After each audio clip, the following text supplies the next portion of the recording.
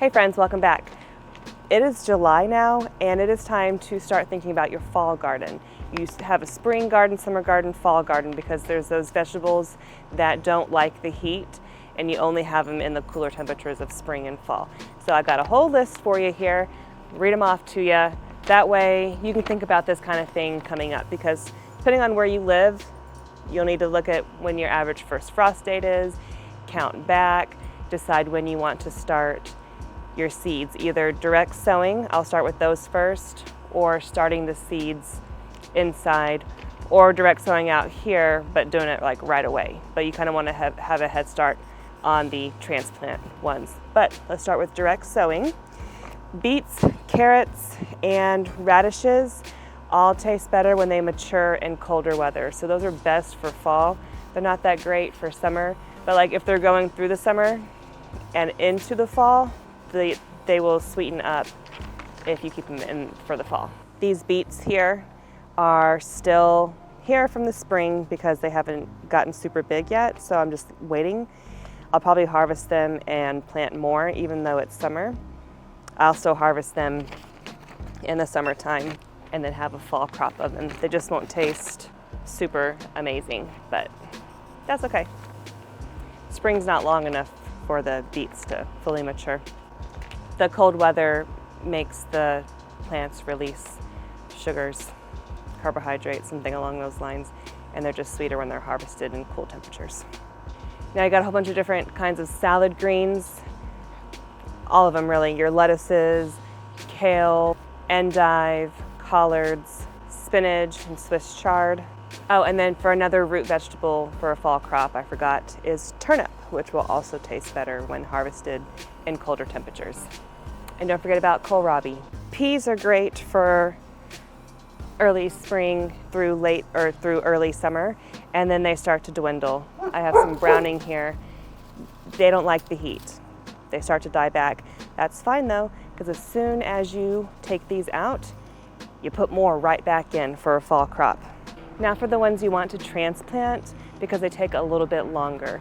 So it would be beneficial for you to start the seeds for those now, or buy a young start from the nursery and plant it soon. And those are your brassicas like broccoli, Brussels sprout, cabbage, cauliflower, Chinese cabbage. I keep looking at my paper so I don't forget anything. So I've already started mine inside, and hopefully I will have some successfully survive me inside. I've been having really bad luck with my brassicas inside. Anyways, we'll see if I have any by the time it's time to put them out. And you can also put your onion seeds out now. They will survive the winter. Some people do that. I don't like that idea, because if they sit through the winter, if they grow a good size but don't bulb, then they sit through the winter and then they're up in the spring, they could very well go to seed and never give you a bulb. I personally don't plant onions in the fall, and I don't plant sets because you might not get a big bulb and they might flower and seed on you instead. So just keep that in mind. Onions on this paper, but I don't recommend it. I'm not doing that. Something else you can consider is potatoes. Potatoes, some of them, like the early potatoes, don't need a full growing season. You can plant some potatoes right now and then harvest them this fall. They are cold tolerant, not freeze tolerant though, but they'll make it through a few cold nights in the fall. Bush beans are also tender, but as long as your fall doesn't become freezing, then you can still start your bush beans now. If you have 60 days left in your growing season, you can get something from your bush beans. And they're tender, but they'll be okay if it gets a little cool at night.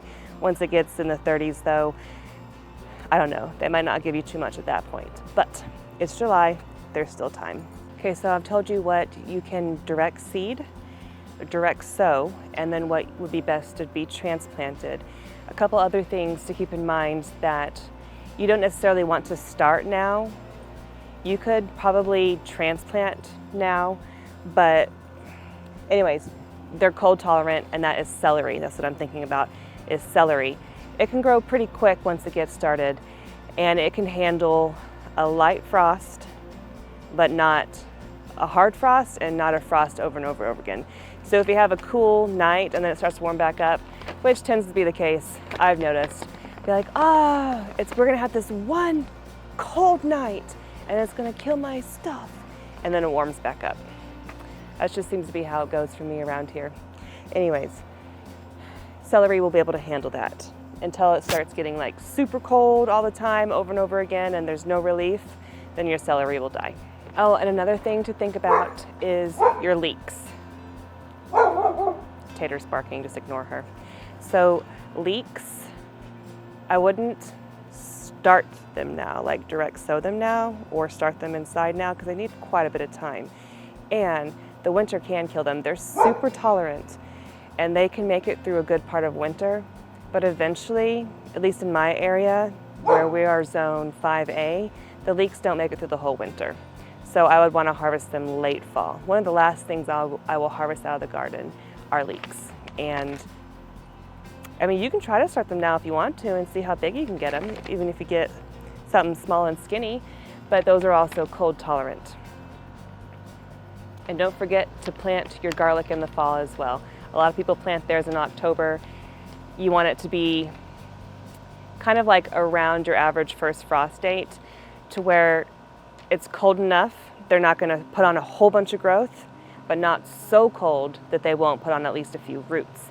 You don't want them to have a bunch of green growth but when the winter comes and it's freezing out and they go dormant, but you want them to have roots established. So I do mid-October, which is my average first frost date anyways.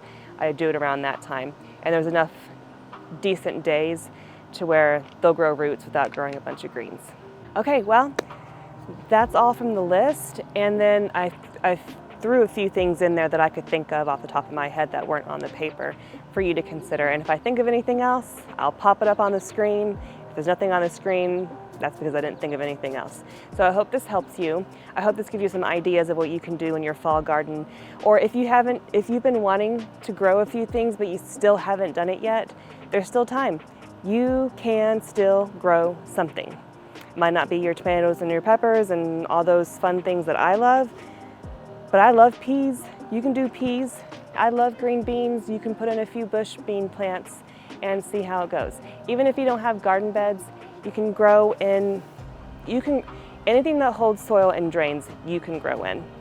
A tote would put some holes in the bottom, an old trash can, an old laundry basket, random reusable bags, the kind you get for grocery shopping or free from somebody marketing their stuff. You can buy grow bags off of Amazon or your local nursery. A Home Depot bucket with holes drilled in the bottom.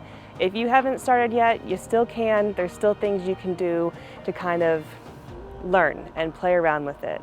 And then you'll be able to take it more seriously this next growing season. So I hope this is helpful for you. Feel free to like and subscribe. If you have any other ideas of good fall crops that I haven't thought about, leave them in the comments so that way we all know. Have a wonderful day. I'll pop up some videos for you to watch.